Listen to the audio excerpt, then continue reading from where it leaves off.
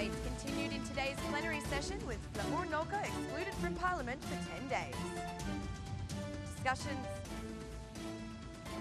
Discussions for the inclusion of small businesses in VAT continue. Economic experts say that this initiative will increase costs.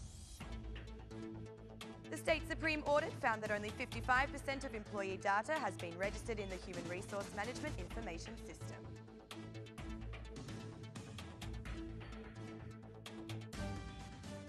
Good evening, it's 6 o'clock on Thursday the 12th of October 2017. Welcome and thank you for joining us tonight for the English edition of Aura News, bringing you the day's national top stories translated into English 6 days a week. Today's plenary session was held amid debates between the majority and the opposition members of Parliament. Debates sparked immediately after the speech of the former Prime Minister, Sali Berisha, who commented on the law on national minorities. The Democrat MP, Flamur Noka, requested permission to speak from the Assembly Speaker. However, the Assembly Speaker gave the right to an MP of the Socialist Movement for Integration instead. At that moment, the Democrat MP went to the podium and blocked it, stopping the SMI's MP from speaking. The Assembly Speaker ordered the removal of the Democrat MP from Parliament for a period of 10 days on the grounds that he was blocking the podium. The Assembly Speaker's decision was considered by former Prime Minister Sali Berisha to be a violation of the parliamentary guidelines and called it an effort to stop free speech in Parliament. Meanwhile, the chairman of the Socialist Party's parliamentary group declared that this scenario was a premeditated move by the Democratic Party. In another dramatic move, the Democratic Party and the Socialist Movement for Integration MPs signed a request requesting punishment for Prime Minister Edi Rama. The opposition MPs claim that the Prime Minister has repeatedly offended the former Prime Minister Sali Berisha with inappropriate language, violating parliamentary regulation. The opposition's request was sent to the Parliament's Bureau for review. The Socialist Party also filed a request to the Bureau of Parliament asking for a 10-day exclusion from Parliament for the Democrat MP Flamur Noka.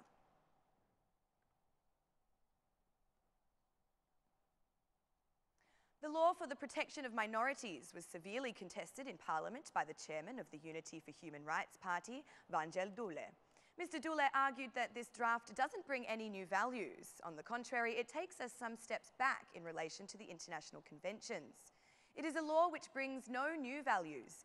In 1995, the Republic of Albania signed the Convention of the European Council for the Protection of the Minorities, which was ratified. It became part of our national legislation in 1999. Thus, it is above any other law. These 20 changed articles seek to replace this document, said Dule. The Foreign Minister, Ditmir Bushati, and the Prime Minister, Edi Rama, replied to Mr. Dule, calling him unworthy of being a representative for the Greek minority.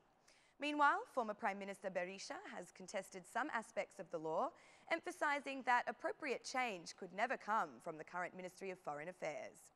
Prime Minister Rama retorted that Greece does not have such laws and hasn't signed the Convention for Minorities. The Minorities Deputy also debated with the Foreign Minister Ditmir Bushati. Former Prime Minister Berisha advised that he wasn't against the law, but he spoke against the way the draft was presented in Parliament. At the beginning of the parliamentary session, Vangjel Dule demanded the removal of the topic on the law for the minorities. He argued that the required time limit for the Commission's approval had not been applied, but the request was not supported by the majority.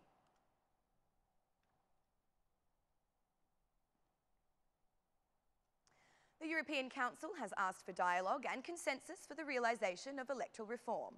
The Chief of the European Council's office asked the political parties for the implementation of recommendations handed down by the Venice Commission and the OSCE ODIHR.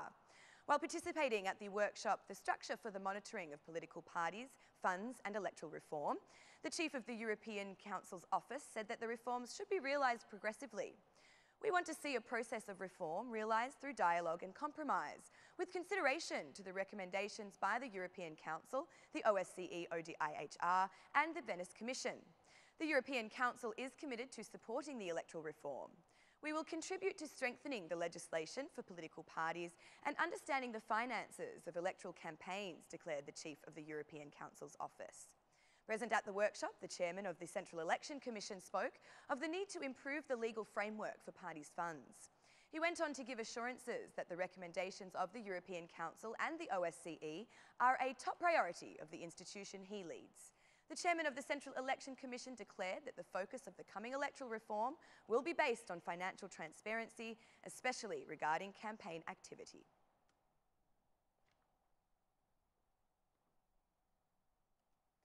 A group of the former politically persecuted have protested in front of the former politically persecuted institution's door under the pretenses that they have not received compensation. By chaining themselves to the door of the institution for the former politically persecuted, the group is protesting to demand their receipt of the compensation. We have been enslaved and tortured with 11, 15, 20 years of prison, and they have excluded us from the compensation, said a member of the former politically persecuted. The former politically persecuted say that they have not received the 8th tranche of compensation, which the government guaranteed to provide this year. Other former politically persecuted say that the compensation value has been cut in half due to problems with documentation. There have also been some members of the former politically persecuted who consider the protest to be related to allowing communists in parliament, referring to the chairman of the assembly, Gramos Rucci. The former politically persecuted also paid homage to Lirak Beko, who was burned in the strike of November 2012.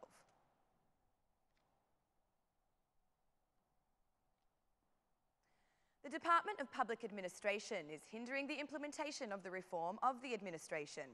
The Supreme State Audit has conducted an audit for the period April to May 2017, and it found that only 55% of the data regarding employee qualifications and training has been registered in the Human Resource Management Information System. According to the audit, the local government units are the institutions that have the lowest level of data entered into the system. But there are also a number of ministries which have not yet registered their full data, among them the Ministry of Interior, the Foreign Ministry and the Ministry of Education. According to the Supreme State Audit, the effectiveness and efficiency of this system has not yet been reached, and it is not known when it can be achieved. Starting with this data, the State Supreme Audit argues that the Department of Public Administration did not carry out monitoring or audits of the data completion process by the institutions in the system. With these violations in mind, the Supreme State Audit recommends that the Department of Public Administration take all necessary measures to exercise its monitoring and auditing powers and identify problems in order to provide effective and efficient solutions. Also, the Supreme State Audit recommends that the Department of Public Administration takes all necessary measures and exercises its power to identify institutions that have not yet completed the data system.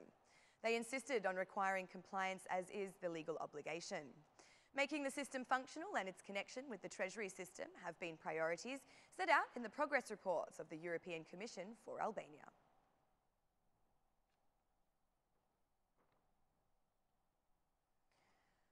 The state administration does not have the necessary infrastructure to include small businesses in value-added tax. This concern was raised during a discussion between the director of the tax institution and the Chamber of Commerce and Industry. The expert of fiscal politics at the Chamber of Commerce and Industry raised the concern that this initiative will add costs for small businesses at a time when the tax administration is not ready. The inclusion of small businesses in VAT has not been studied, but the director of the tax institution declared that this matter is still under discussion and they have not reached a final draft. The chairman of the Chamber of Commerce and Industry also requested that the operation against informality be conducted based on the law. Meanwhile, the director of the tax institution promised that there will be less controls conducted by the tax inspectors. The director of the tax institution appealed to businesses not to work with two balance sheets and to declare the real wages of their employees.